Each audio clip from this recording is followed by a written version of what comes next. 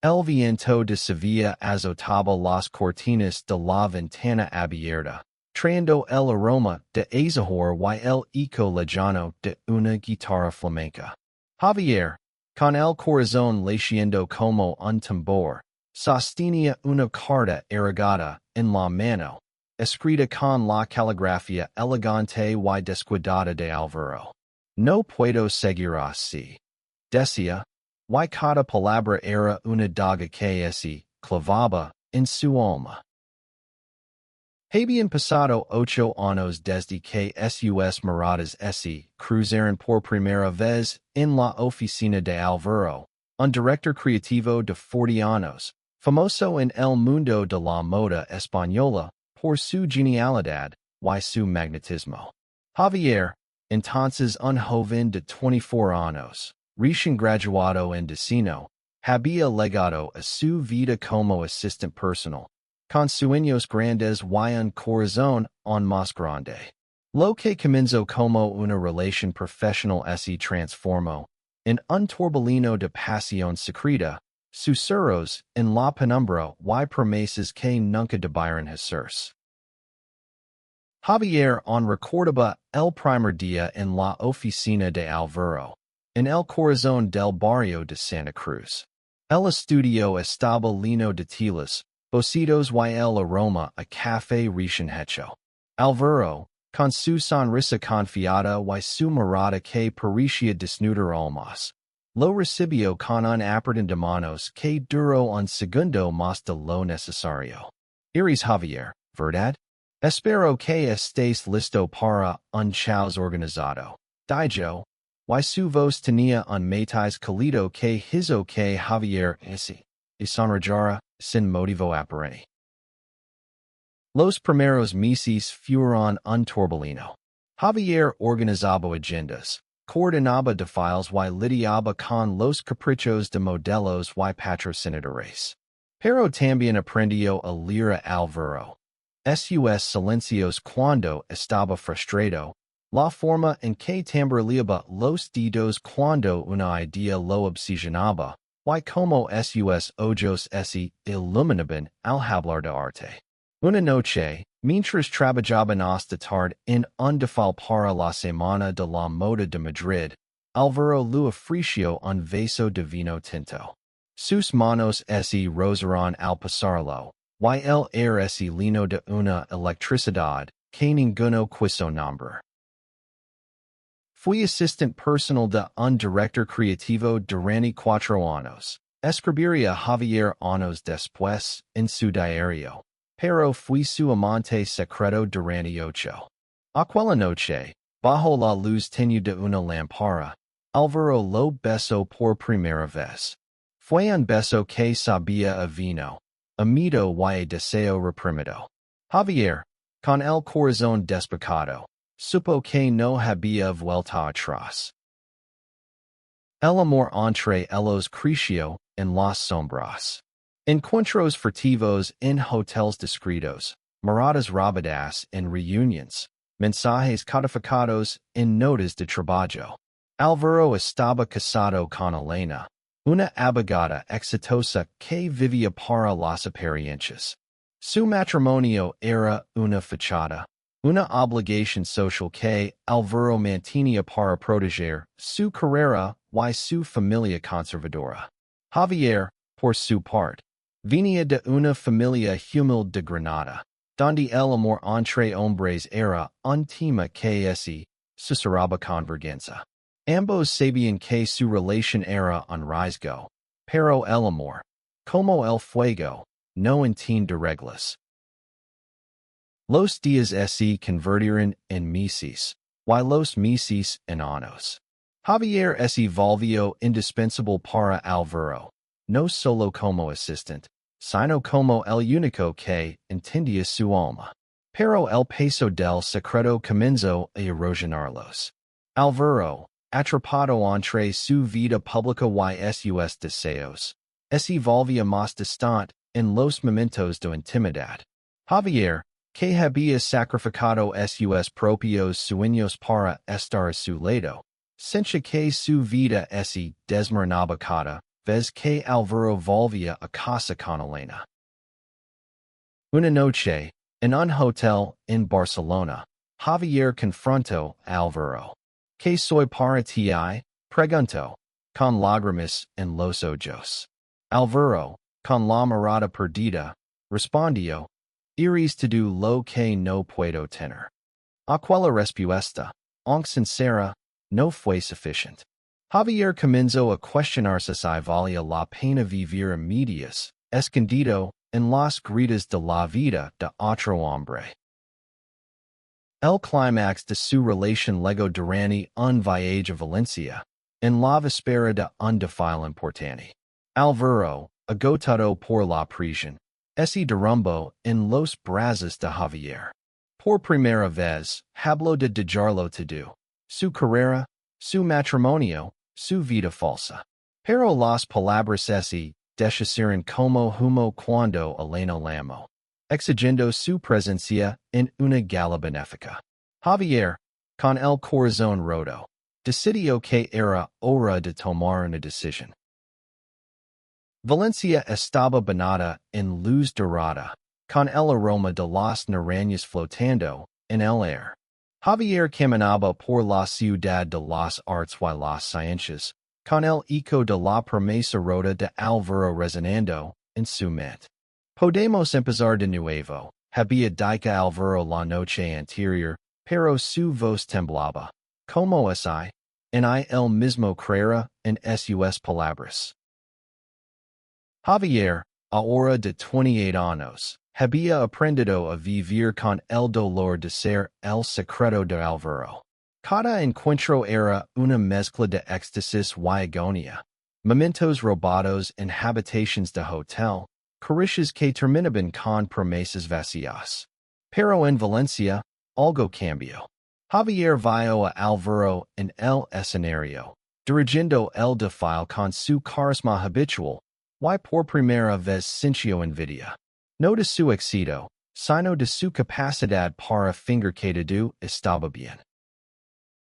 Y esa noche, en un restaurante escondido en el casco antiguo, Javier decidió hablar claro. No puedo seguir siendo tu sombra, Álvaro. Dijo, con la voz quebrada pero firme. Álvaro lo miró. Sus ojos gris llenos de una tristeza que rara vez dejaba ver. No es tan fácil, Javier.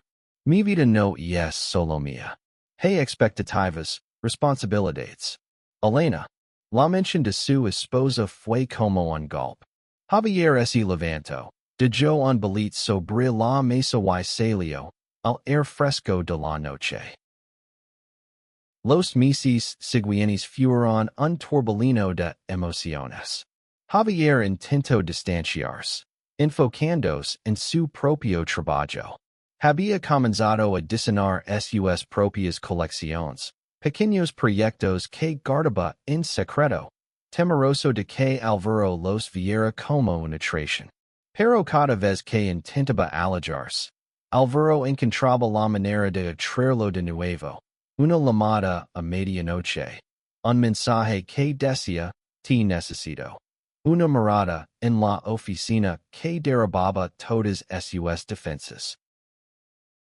Una noche, en un evento en Madrid, Álvaro se acercó a Javier en un pasillo vacío. No quiero perder, susurró, tomando su mano. Pero Javier, cansado de promesas, respondió. Y me has perdido, Álvaro. Solo que aún no lo sabes. Fue la primera vez que vi miedo genuino en los ojos de Álvaro, un hombre que siempre había parecido invencible.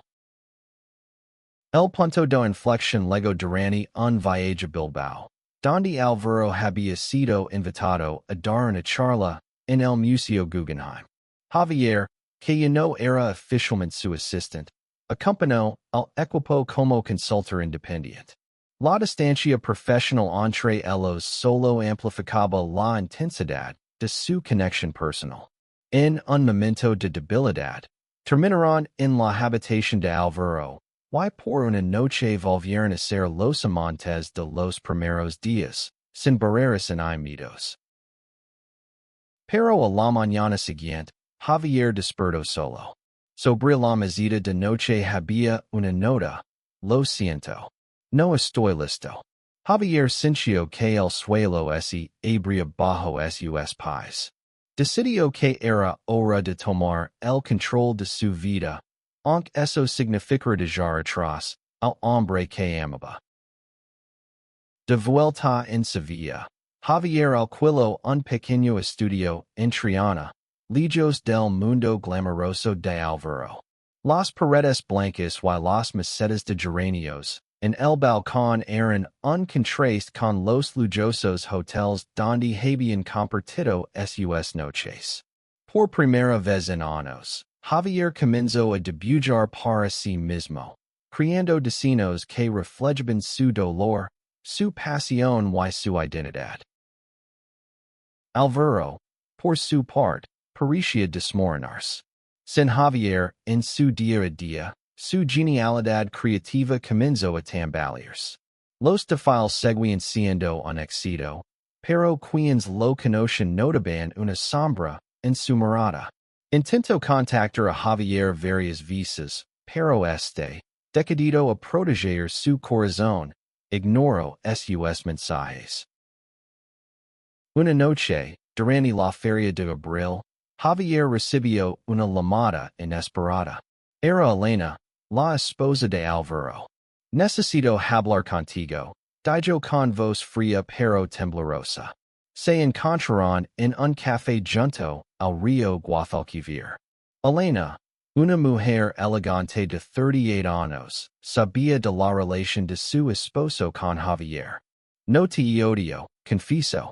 Solo quiero que esto termine. Para todos nosotros. Sus palabras fueron un golpe, pero también una revelación. Javier no era el único prisionero de este amor. Javier comenzó a salir con Mateo, un fotógrafo de 30 años que conoció en una exposición de arte. Mateo era abierto, libre y sin miedo de mostrar su amor. Con él, Javier descubrió lo que era caminar de la mano por las calles, sin mirar por encima del hombro. Pero cada risa compartida con Mateo era un recordatorio de lo que había sentido con Álvaro, un amor que, un tóxico, había sido inolvidable. Mientras tanto, Álvaro enfrentaba su propia crisis. Durante una entrevista en televisión, se quebró al hablar de la presión de vivir una vida que no era suya. Aunque no mencionó a Javier, sus palabras resonaron en él cuando las vio en un bar de Triana. A veces, dijo Álvaro, el mayor acto de Valencia es ser quien realmente eres. El verano en Sevilla era sofocante, pero para Javier, el calor más intenso venía de su interior. Sus destinos comenzaban a ganar atención en círculos independientes. Y por primera vez sintió que su vida tenía un propósito propio. Sin embargo, el pasado no lo dejaba en paz. Una noche, Álvaro apareció en su puerta, con el rostro demacrado y los ojos rojos. He dejado a Elena, dijo sin preámbulos. Quiero estar contigo. Javier sintió que el mundo se detenía. Durante años había sonado con esas palabras, pero ahora, con Mateo, en su vida y en futuro que comenzaba a construir, no estaba seguro de correrlas. Invitó a Álvaro a entrar, y durante horas hablaron como nunca antes. Álvaro confesó el miedo que lo había paralizado, el peso de las expectativas familiares, el terror a perder su carrera. Javier, por su parte, habló de su dolor, de los años escondido, de la sensación de no ser suficiente. La conversación terminó con un abrazo, pero sin promesas. Javier necesitaba tiempo, y Álvaro, por primera vez, estaba dispuesto a dárselo. Semanas después, Álvaro anunció públicamente su salida del armario en una entrevista con una revista de moda. La noticia sacudió el mundo del destino español. Algunos lo aplaudieron. Otros lo criticaron. Pero Alvaro parecía liberado. Javier, desde la distancia, sintió una mezcla de orgullo y tristeza. Sabía que su amor había sido el catalizador de este cambio, pero también que su historia, juntos había terminado. Javier lanzó su primera colección en un pequeño evento en Málaga. Los destinos, inspirados en su viaje emocional, eran audaces, coloridos y profundamente personales. Entre el público estaba Mateo, que lo miraba con admiración, y, sorprendentemente, Alvaro, que había viajado desde Madrid para apoyarlo. Sus ojos se encontraron, y por un momento, el pasado volvió a latir entre ellos. Después del desfile, Alvaro se acercó. Estoy orgulloso de ti, dijo, con una sonrisa sincera. No hubo promesas ni súplicas, solo un reconocimiento mutuo de lo que habían sido, el uno para el otro. Javier asintió, agradecido, pero firme en su decisión de seguir adelante. Con Mateo, Javier encontró una relación sana, basada en la libertad y el respeto. Pero nunca olvidó a Alvaro, el hombre que lo había hecho sonar y sufrir como nunca antes. 2 años después, Javier pasaba por las calles de Sevilla, ahora un diseñador reconocido. La ciudad, con su mezcla de historia y vida, seguía siendo su hogar. Una noche, mientras contemplaba la Giralda, pensó en Alvaro. Habían seguido caminos separados, pero su amor había dejado una huella imborrable. Javier entendió que el amor, incluso cuando duele, puede ser un motor para el cambio. Alvaro, por su parte, había fundado una organización para apoyar a jóvenes diseñadores de la comunidad LGBT. Su vida era más tranquila, pero también más auténtica. En una carta que nunca envió, escribió: Gracias, Javier, por enseñarme a ser valiente. Javier y Mateo se mudaron juntos a un apartamento en Madrid, donde Javier seguía creciendo como diseñador. Su vida era plena, pero siempre llevaba consigo las lecciones de su pasado. En una exposición en Barcelona, se encontró con Alvaro por última vez. Ambos habían cambiado, pero la conexión seguía allí, ahora transformada en respeto y gratitud. Fui asistente personal de un director creativo durante 4 años, y su amante secreto durante 8. Escribió Javier en el prólogo de su autobiografía.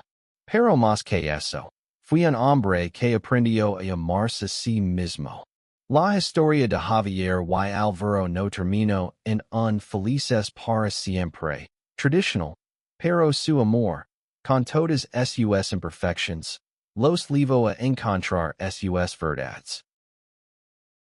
El viento de Sevilla seguía soplando, llevando consigo las historias de aquellos que se atrevieron a amar contra todo pronóstico.